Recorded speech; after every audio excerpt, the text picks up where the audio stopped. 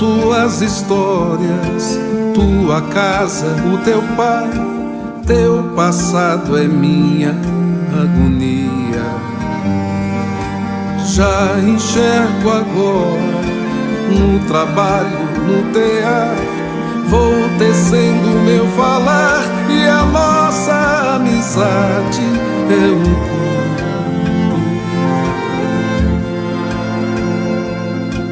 És bem-vindo à nossa casa, toma água, eis a milha, descedenta nela tua vida. Vem beber do vaso que sacia. Sou cristão, confesso, digo mais, eu fui tão cego que tantos remorsos carrego. No afã de ter sucesso, inaugurei perseguições, são incontáveis as ações. Foi quando eu mergulhei o olhar em Estevão.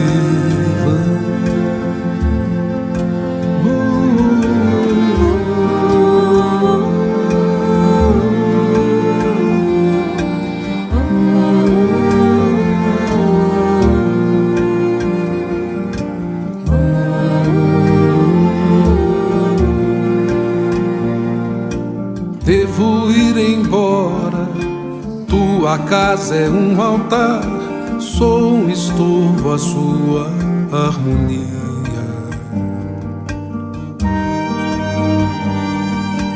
És presente em nossa tenda,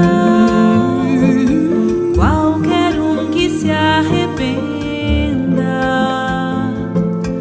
e conosco sirva algum amigo. Sois ovelha que volta ao aprisco.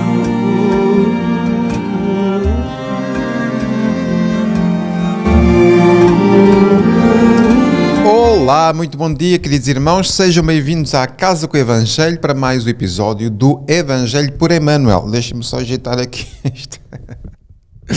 Muito bem, então estamos cá para mais um estudo, não é? Vamos dar continuidade aqui às nossas reflexões sobre o Evangelho de Lucas. É sempre uma alegria estarmos aqui para procurarmos aprender um pouco mais com o Mestre e, portanto, nós vamos então seguir o nosso caminho. Para já, antes de vos cumprimentar, vou passar a música. Até já.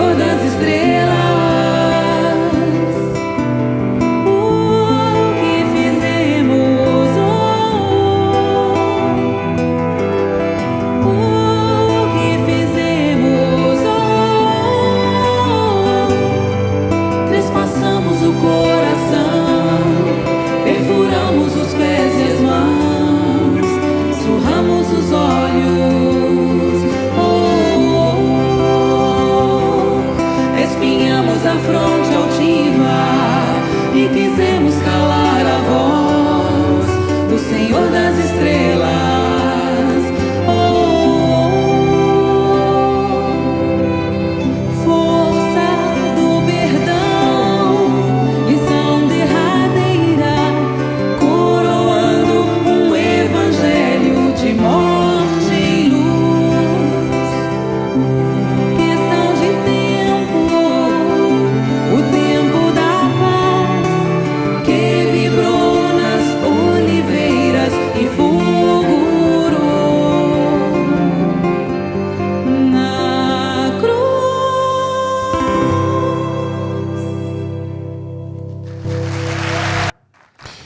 Que maravilha, não é? Pois é.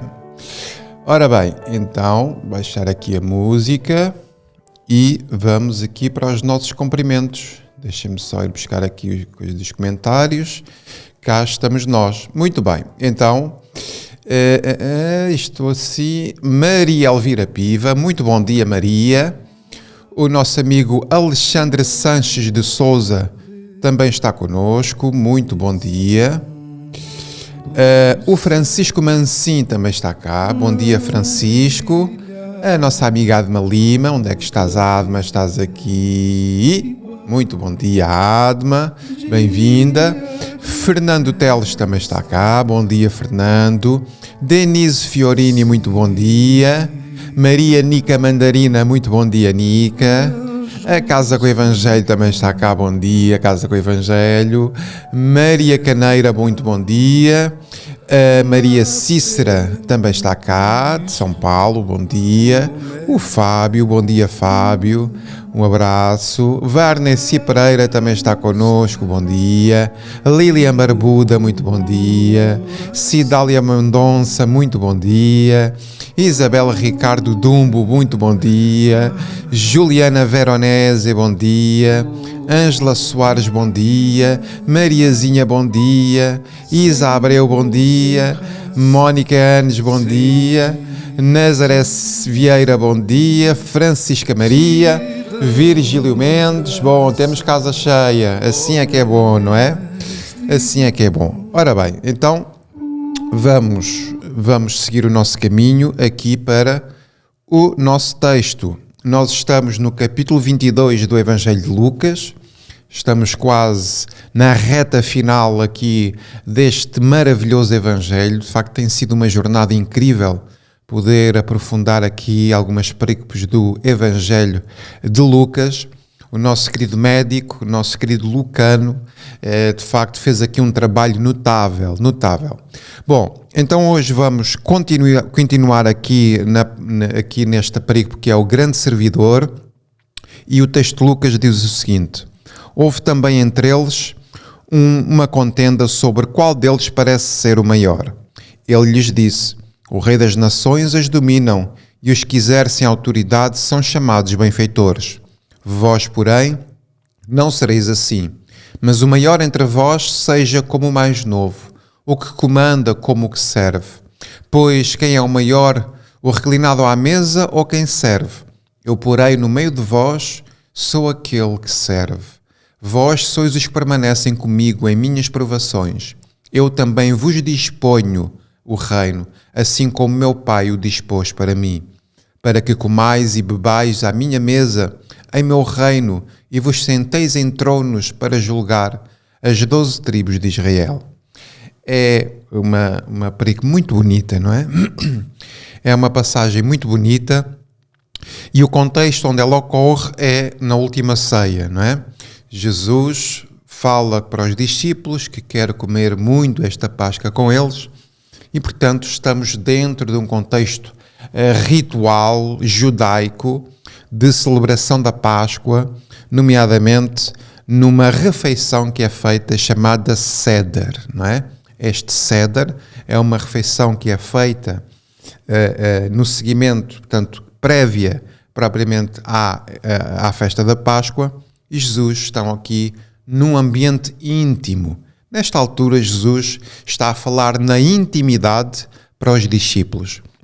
Esta passagem também, ou seja, este seguimento do discurso neste local que é o cenáculo, não é? É conhecido como o sermão do cenáculo, ou seja, o sermão da sala de jantar, porque cenáculo significa sala de jantar.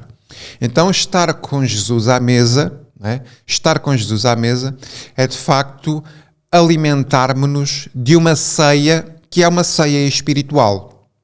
E que ceia espiritual é essa? A ceia espiritual que é servida naquele banquete do Cédar, na verdade, é o alimento do ensino do Cristo como um símbolo, não é? Como um símbolo de alimento espiritual. Então Jesus fala com os discípulos anuncia uma vez mais o seu Calvário, não é? Prepara aqueles corações, porque reparem, daqui a poucos dias Jesus já estava no processo de desencarne, não é? Já estava crucificado. Mas Jesus compreende a importância de estar ali com eles, não é? E isto porquê? Porque eles tinham estado 3 anos, não é? Até chegarmos a esta altura, tinham estado 3 anos com ele. E nós sabemos o quão doloroso é para quem está encarnado quando perdemos, não é, uma pessoa querida, quando alguém nosso querido acaba por desencarnar. Então Jesus até nisso, para além de todos os ensinos, ele então prepara estes corações para aquilo que seria a sua crucificação. No entanto, nesta altura, eles jovens, não, o Simão Pedro já não era tão jovem assim, mas preparando aqueles corações, então fala-lhes sobre a importância de servir nesta passagem.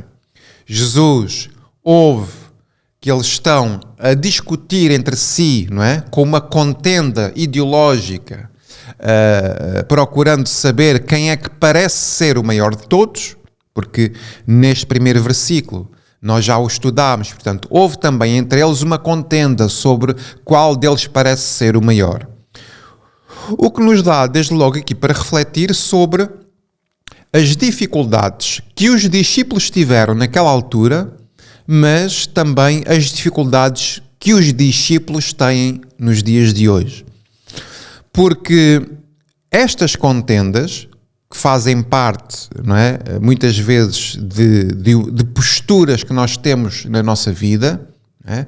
Nomeadamente quando não damos o braço a torcer, costuma-se dizer que um teimoso não a teima sozinho, não é assim? Um teimoso não a teima sozinho, e muitas vezes nós somos muito teimosos. E como somos muito teimosos e achamos que estamos sempre com a verdade, muitas vezes, acabamos por quê? Por ter estes confrontos, estas contendas. No entanto, há vários tipos de contendas, não é? Temos as ideológicas, temos também as espirituais, não é? Por um lado, os promotores do bem, por outro lado, aqueles que perturbam, por um lado, os espíritos benfeitores, por outro lado, os espíritos malfeitores. Portanto, contendas e forças sempre haverá. Mas tudo concorre para quê? Para o crescimento espiritual. Então, naquela altura, havia uma contenda entre eles. Que contenda era essa? A contenda era quem é que deles seria o maior de todos. Bom, naquela refeição, naturalmente que Jesus é o maior de todos.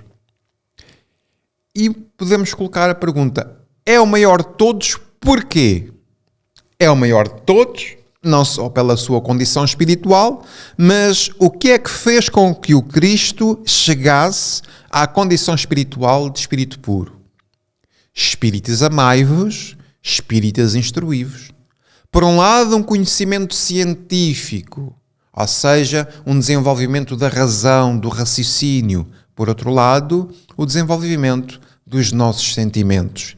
É essas duas asas do crescimento humano que nos conduzem a esse estado espiritual que é o estado de espírito puro.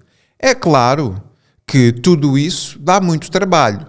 E daí a palavra servir nunca se fez, não é, tão necessária, porque o serviço em nome de Deus tem estas duas plataformas. A plataforma da inteligência, do desenvolvimento, e a plataforma do sentimento.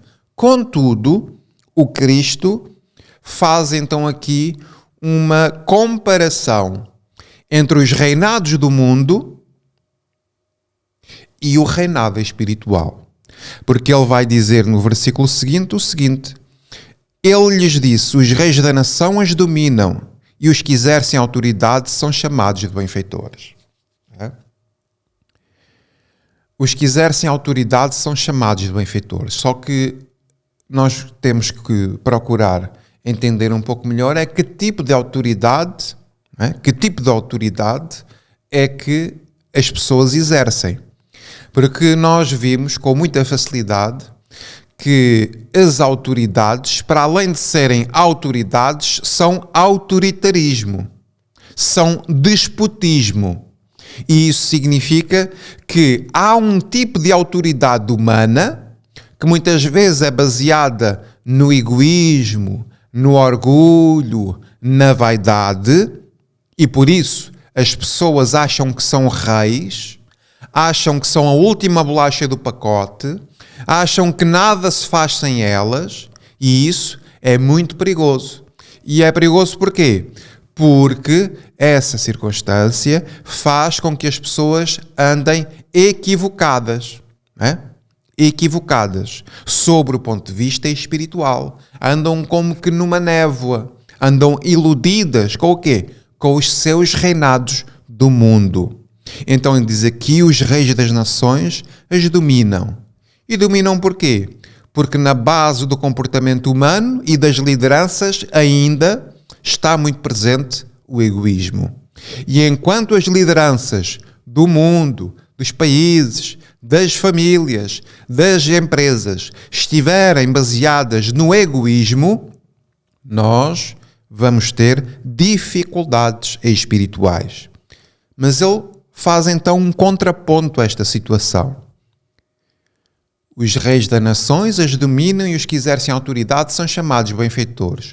Vós, porém, vós quem? Os discípulos. Mas não é vós os discípulos eles. É vós os discípulos nós. Porque nós também estamos, não é? Também estamos neste caminho da aprendizagem com o Cristo. Então significa isto, que este vós, porém, é remetido para nós mesmos. Vós, porém, não sereis assim. Não sereis assim. E para eu não ser assim, eu tenho que querer. Não é? Para eu não ser assim, eu tenho que escolher, fazer escolhas na minha vida. Só que como é que eu posso mudar algo se eu não tenho consciência de que tenho este padrão?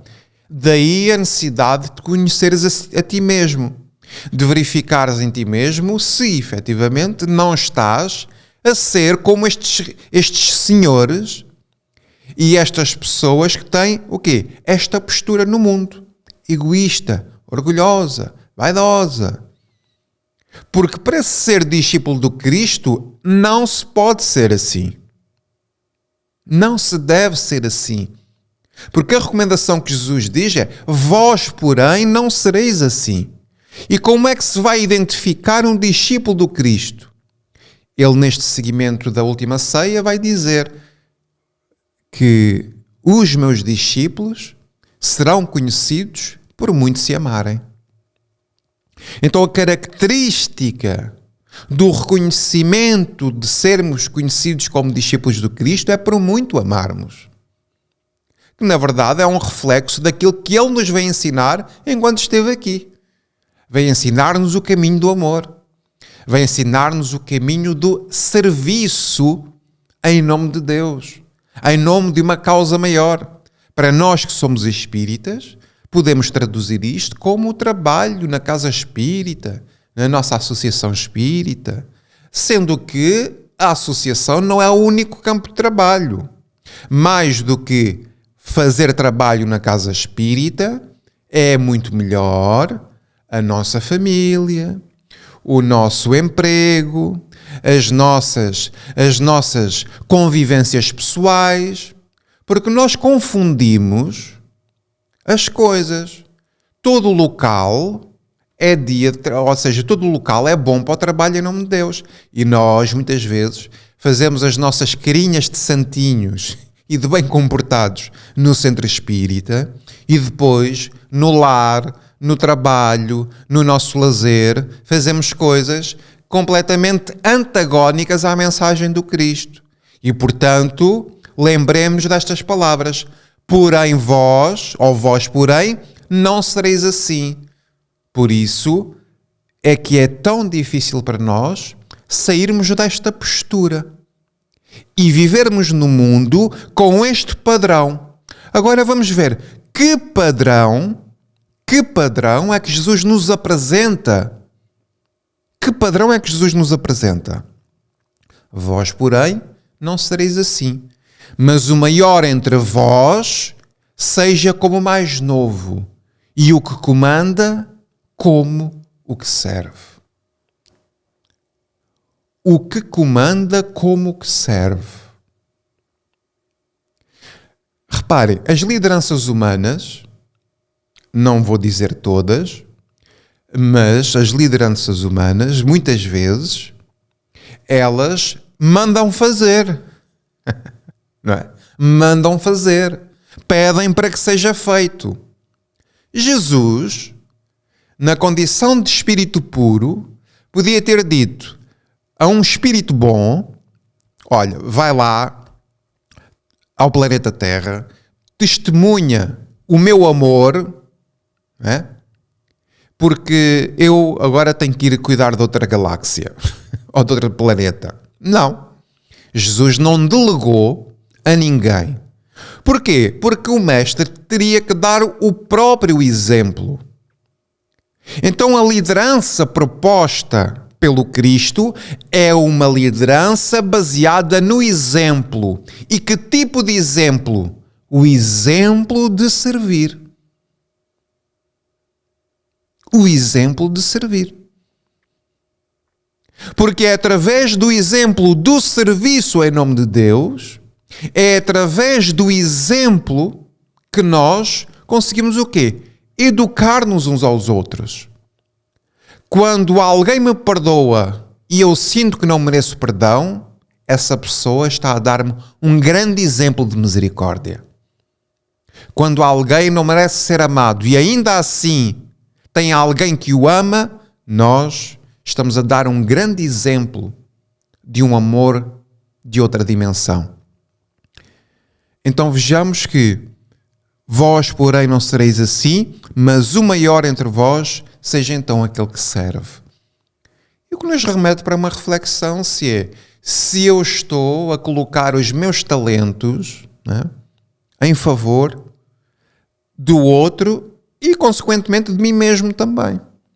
Se eu estou estagnado naquilo que é o meu crescimento espiritual, ou se eu já me encontro a caminho do meu desenvolvimento. E eu chamo desenvolvimento um serviço, ou seja, a prática da caridade, uma vez que é fora dela que não há salvação. Agora, isto não é só fazer palestras, não é? Não é só fazer palestras que se faz caridade. Olhem, a primeira oficina de trabalho é desde logo a nossa família. É desde logo o nosso lar. Nós sabemos o quão difícil é manter um lar, as atividades de um lar, não é? Conviver com os nossos familiares. Portanto, tudo isso é desde logo dificílimo. Estar encarnado é difícil para nós. Mas é isso que vai lapidar o ser espiritual que nós somos. Então, o Cristo continua e diz, o Lucas continua e diz: pois quem é o maior, o reclinado à mesa ou quem serve? Nós tínhamos aqui a postura do Senhor, portanto, eu já falei nisso, na ceia estavam reclinados à mesa como um símbolo de libertação do povo judeu. Então quem é o maior? Quem está reclinado ou quem serve? É porque nesta altura nós tínhamos a escravidão. Não é? Nós tínhamos senhores, grandes senhores das terras, grandes propriedades, que tinham escravos que eram suas propriedades também. Portanto, do ponto de vista cultural, nós temos esta dicotomia entre os senhores do mundo e os escravos, que nem sequer tinham a sua dignidade, a sua identidade. Eram como pessoas, as pessoas eram substituídas por propriedades, ou seja, eram como se fossem objetos. Não tinham dignidade, não tinham a sua identidade, portanto, eram colocados à moda de objetos. E o Cristo, que veio das esferas celestes, coloca-se perante os discípulos como um escravo. Estão a ver o impacto cultural que isto tem nos discípulos? O impacto cultural que isto tem em nós. Que alguém tão grande, que tem sobre a sua coordenação planetas, não sabemos se tem galáxias ou não, mas planetas tem com certeza, e coloca-se no mundo na condição de escravo perante os seus discípulos. O que é que a mensagem sublime que o Cristo nos está a dar? É que para nosso Senhor Jesus Cristo, os discípulos são seus senhores. Estão a ver a ideia? Jesus coloca os discípulos como seus senhores. Ou seja, como que se Jesus elevasse os discípulos à condição de senhores. E reparem, quando nós amamos alguém, quando nós verdadeiramente amamos alguém, o que é que nós fazemos? Elevamos a pessoa. Gostamos de sentir que ela é importante para nós. E no fundo, o que o Cristo está a dizer é: os meus discípulos são muito importantes para mim e por isso eu os sirvo. Porque enquanto houver uma alma humana que esteja encarnada, o Cristo jamais está descansado. É assim que ele fala para Simão Pedro, salvo erro no livro Antologia Mediúnica do Natal. Quando Simão Pedro desencarna, encontra-se com Jesus. E está lá nesse livro uma passagem lindíssima em que Jesus diz assim para Pedro: Pedro, aproveita o tempo que aqui estás. Agora não sei as palavras exatas, mas a ideia é: aproveita enquanto podes o local onde estás, mas quando a mim tenho que ir. E o Simão Pedro pergunta-lhe novamente: mas Senhor, para onde vais? Mas Senhor, para onde vais? Por agora não podes ir comigo. Foi aquilo que Jesus disse a Pedro enquanto ele estava encarnado. E volta a dizer-lhe: enquanto houver um coração humano que esteja em sofrimento, eu não estou descansado. Quanto a ti podes ficar aí, mas quanto a mim, tenho que ir servir. Então o crescimento espiritual, nunca mais vamos deixar de servir. Interessante. Dá uma trabalheira desgraçada. Mas esse trabalho que é necessário cada um de nós realizar vai ter os seus frutos. E que frutos serão esses? São os frutos de paz. São os frutos de tranquilidade. São os frutos de uma consciência tranquila. São os frutos de sentirmos amor por nós mesmos e amor pelo nosso próximo. Então o Cristo está aqui a dar uma efetiva manifestação de amor. Um ensino prático. Lavar os pés aos discípulos. E por isso ele diz: lavai os pés uns aos outros no caminho da vida. No livro Boa Nova. E será que nós, como aspirantes a discípulos, e aqui a discípulos a aprendizes, não é? Estamos a lavar os pés uns aos outros? Estamos a lavar os pés uns aos outros como um símbolo de estamos a ajudar-nos uns aos outros? Estamos unidos uns com os outros verdadeiramente? Ou ainda estamos nas contendas de quem é o maior? Não é? De quem é que sabe mais? De quem é que tem mais mediunidade? De quem é que tem o melhor passe? De quem é que é o melhor centro? De quem é que é o maior? O Cristo também ouve as nossas discussões, as nossas contendas. Então, se quisermos ser efetivamente os maiores, segundo os princípios do Cristo, pois que sejamos os primeiros a servir. E ele continua e diz assim: vós sois os que permanecem comigo em minhas provações.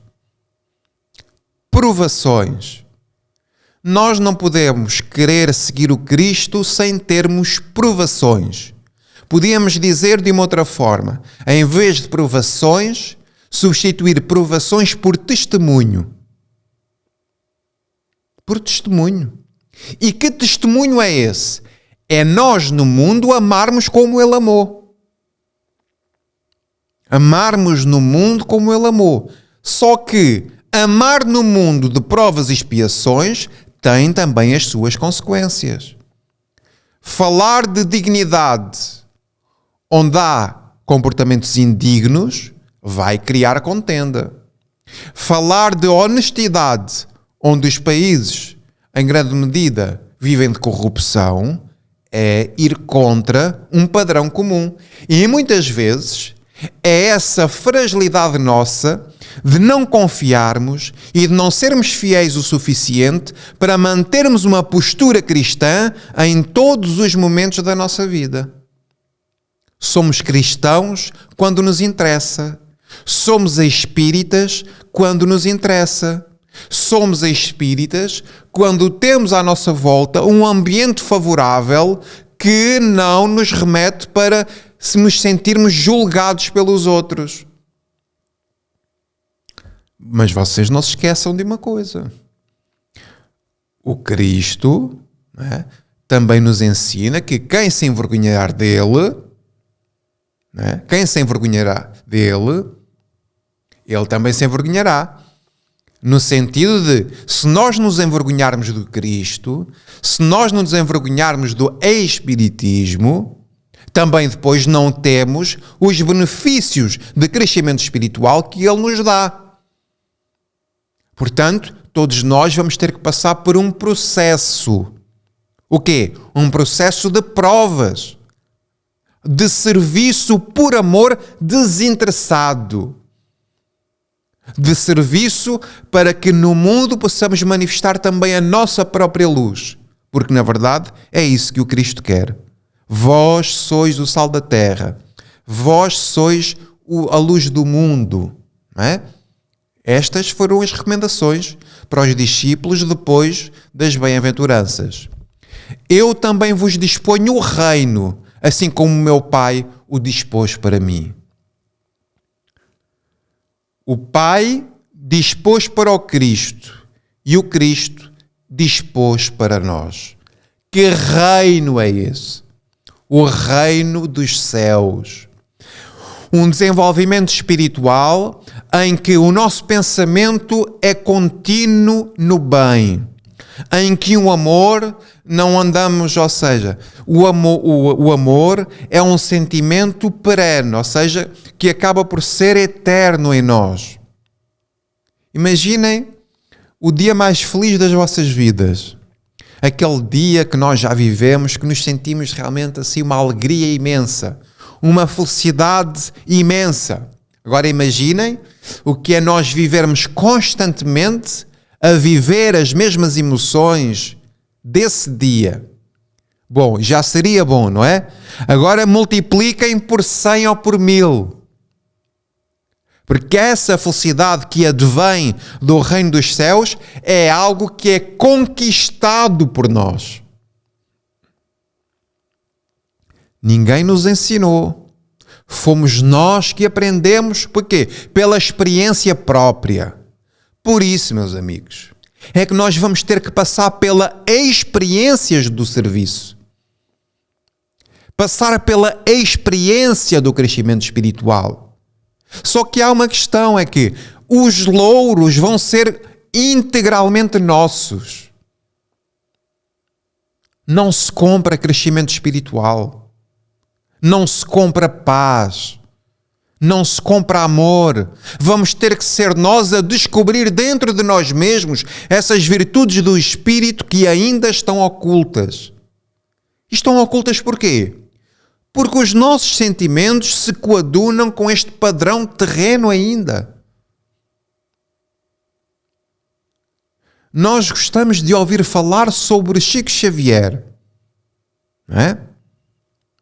Mas nós temos que ser os Chico Xavieres da vida. Cada um tem a sua identidade, mas o padrão comportamental, o padrão moral, deve ser.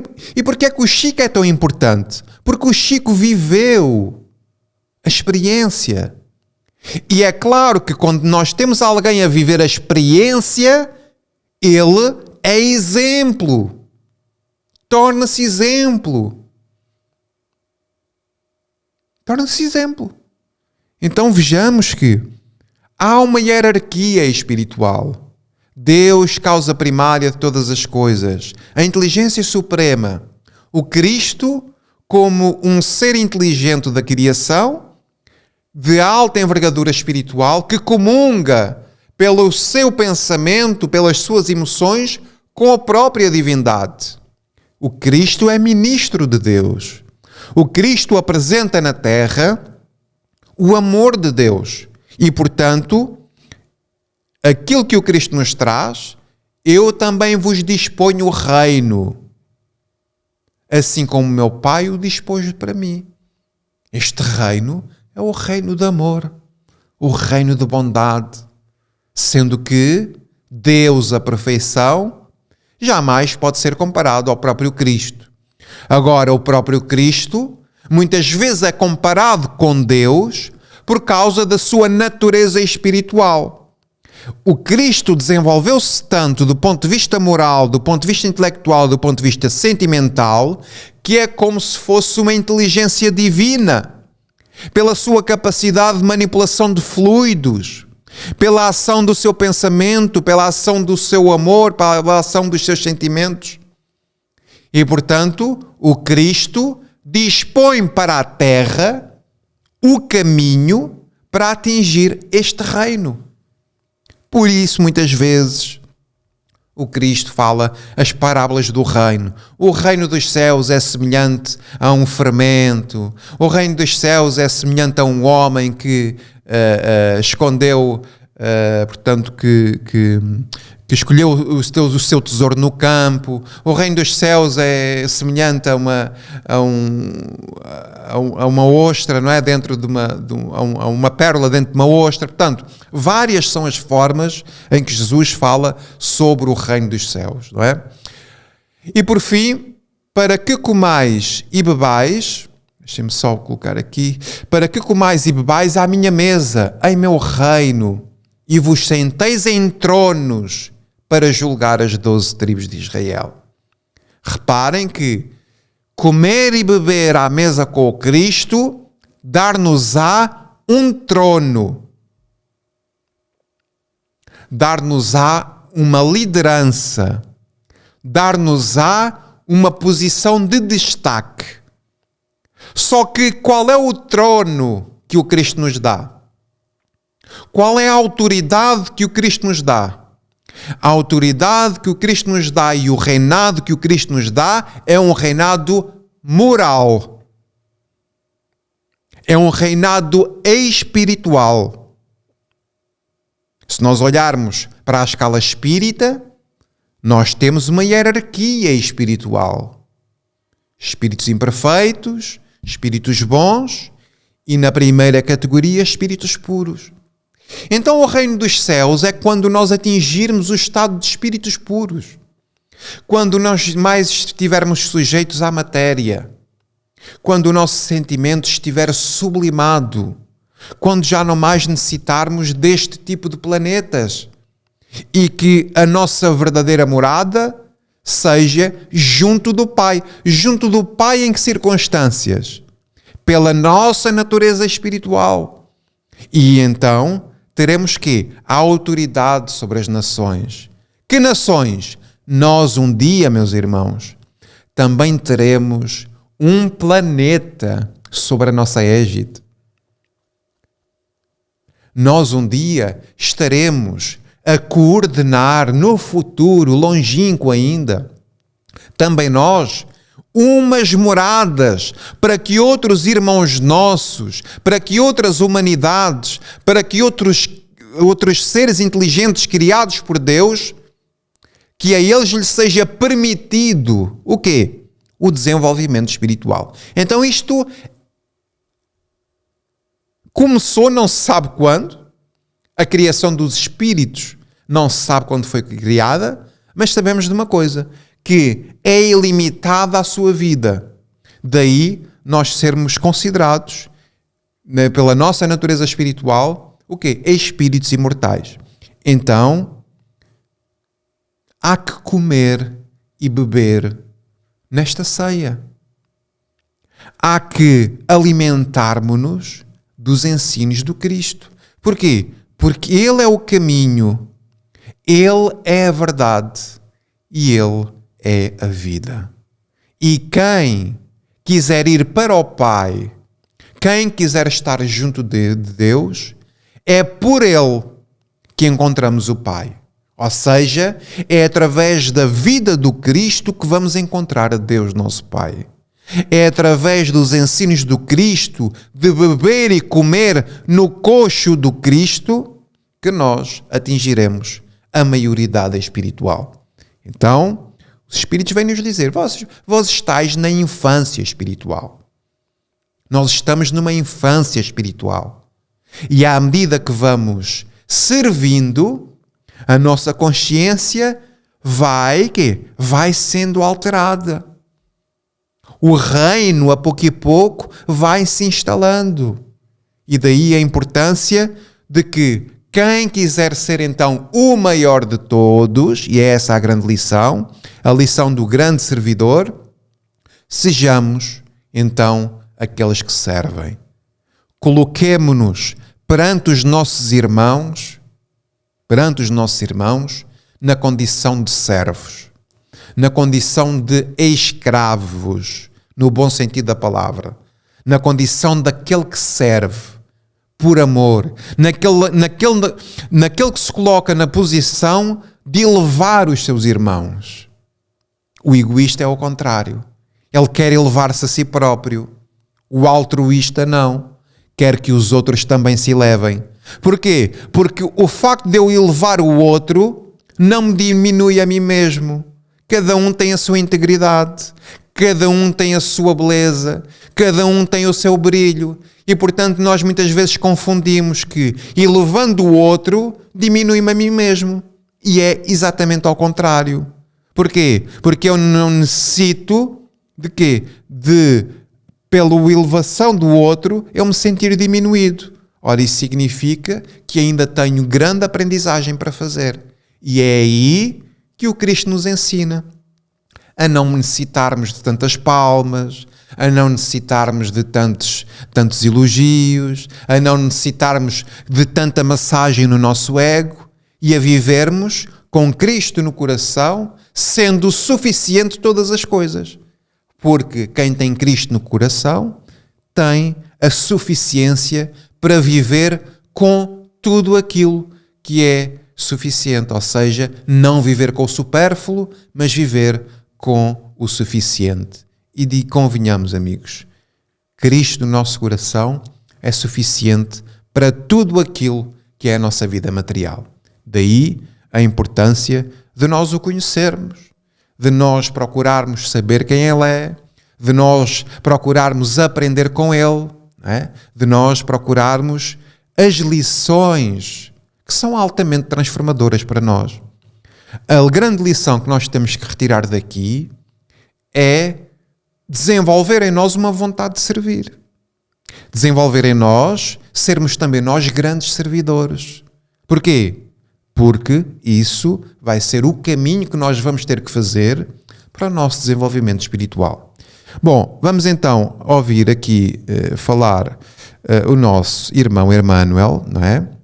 O nosso querido amigo benfeitor, que nos trouxe, de facto, aqui estas lições fabulosas E hoje vamos falar sobre política divina, não é? Política divina. É um comentário a este versículo. Eu, porém, entre vós, sou como aquele que serve. E Emmanuel diz então o seguinte: o discípulo sincero do Evangelho não necessita respirar o clima da política administrativa do mundo para cumprir o ministério que lhe é cometido. Portanto, o discípulo sincero não necessita respirar o clima de política administrativa do mundo. O governador da terra entre nós, para atender aos objetivos da política do amor, olhem aqui, a perspectiva, a política administrativa versus a política do amor. Então, o governador da terra entre nós, para atender aos objetivos da política do amor, representou antes de tudo os interesses de Deus junto do coração humano, sem necessidade de portarias e decretos respeitáveis embora. Portanto, Jesus não precisou das leis humanas, das questões administrativas humanas, para fazer representar no mundo o quê? A política do amor.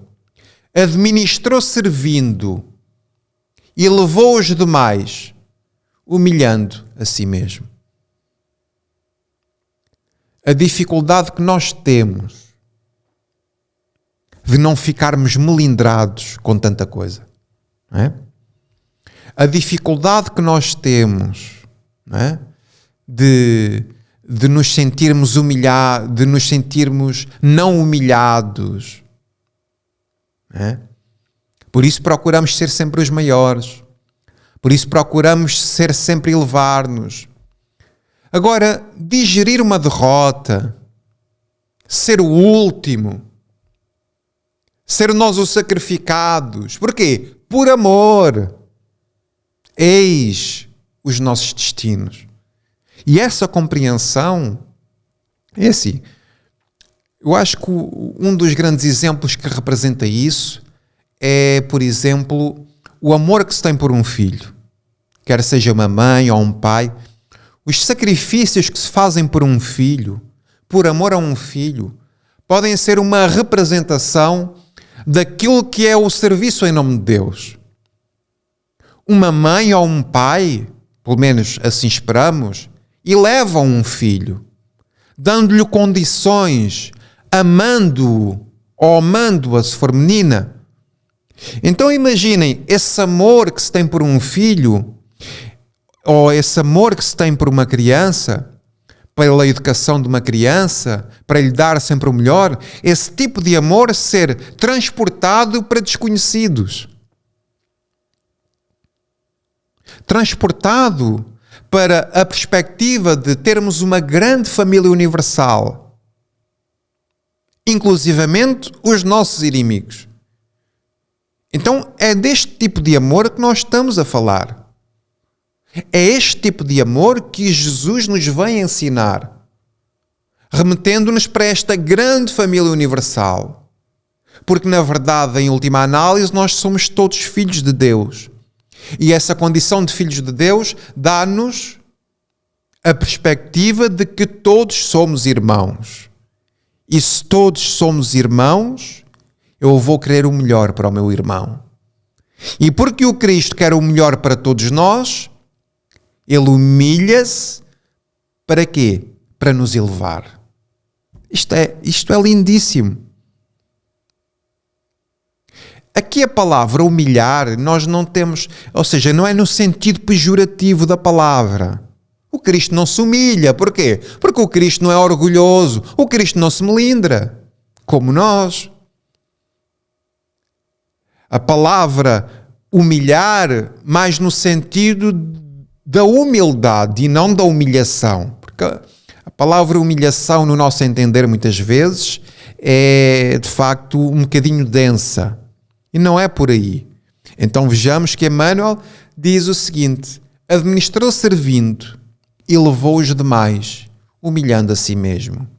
Não vestiu o traje de sacerdote, nem a toga do magistrado. O Cristo, não é? Sendo sacerdote de Deus, e sacerdote como intermediário, médium de Deus, mas nunca vestiu um traje de sacerdote. Porque o sacerdotismo do Cristo era a sua própria vida. Não era uma bata ou uma batina. Não é? Não era roupa exterior. Era substância interior. Amou profundamente os semelhantes e nessa tarefa sublime testemunhou a sua grandeza celestial. Estão a ver aqui o testemunho? Estão a ver aqui o testemunho que é necessário? Porque uma coisa é nós falarmos de grandeza espiritual, é de falarmos de elevação espiritual. Outra coisa é ser exemplo de grandeza espiritual, que é muito diferente, mas muito diferente. Mas o Cristo, para além de ter falado com palavras, falou com a própria vida.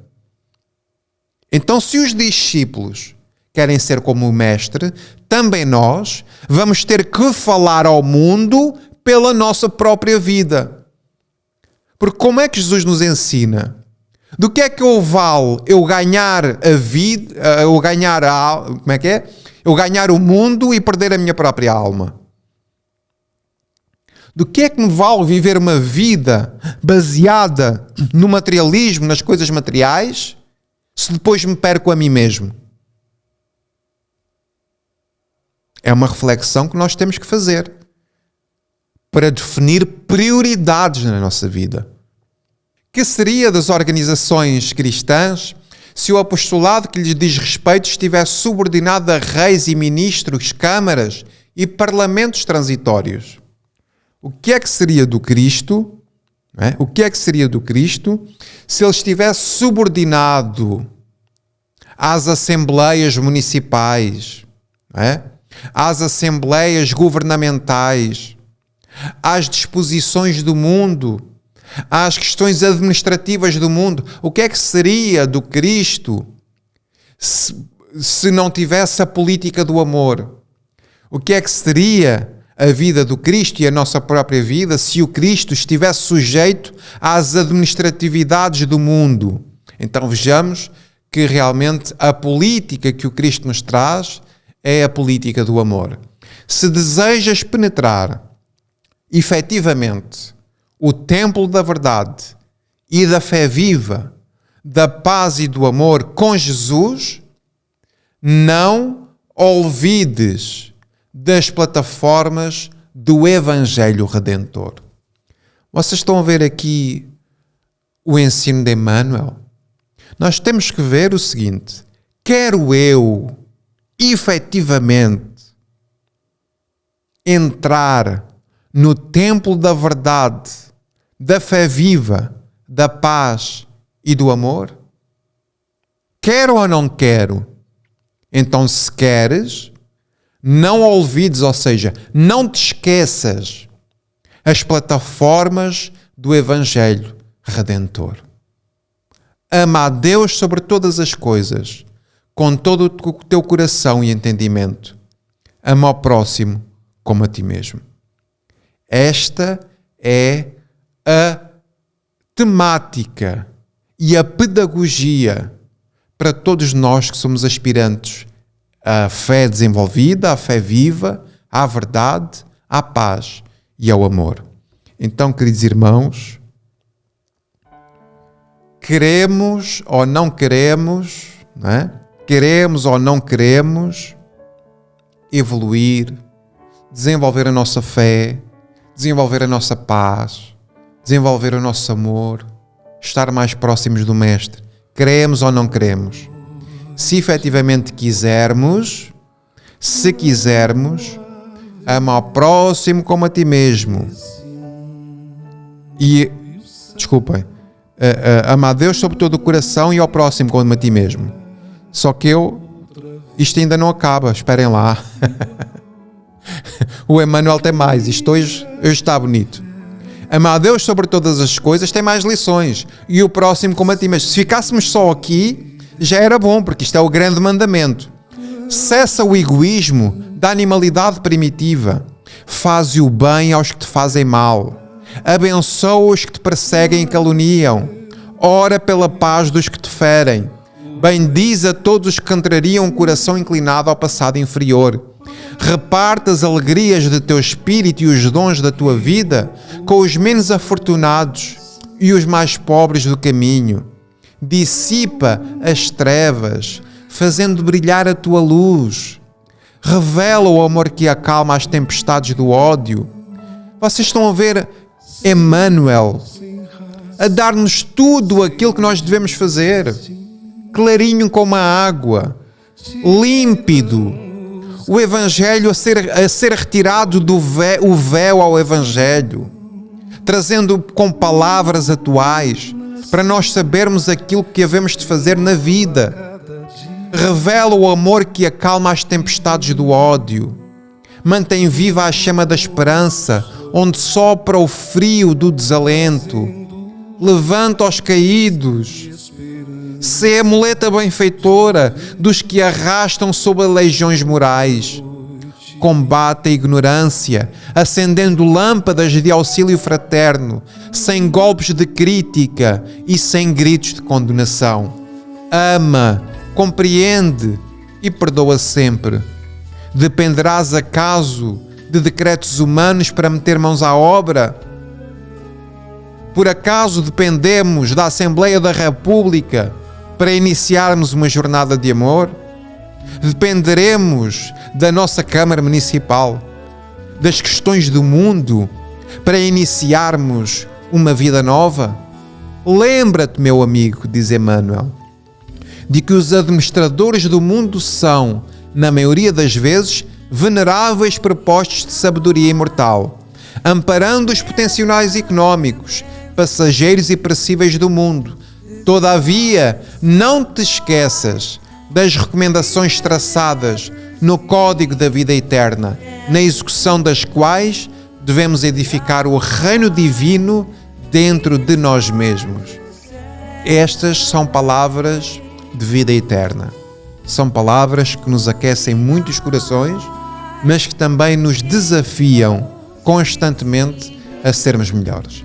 Então, damos graças a Deus por ter estas bênçãos, por entendermos com esta ótica, com estes comentários de Emmanuel, o Evangelho de uma forma mais profunda, e agradecemos muito a Deus pela oportunidade de termos este trabalho, de procurarmos, através de palavras, nós podermos refletir sobre estes ensinos, que nos ajudam, agora e no futuro, a encontrar este reino anunciado pelo Cristo.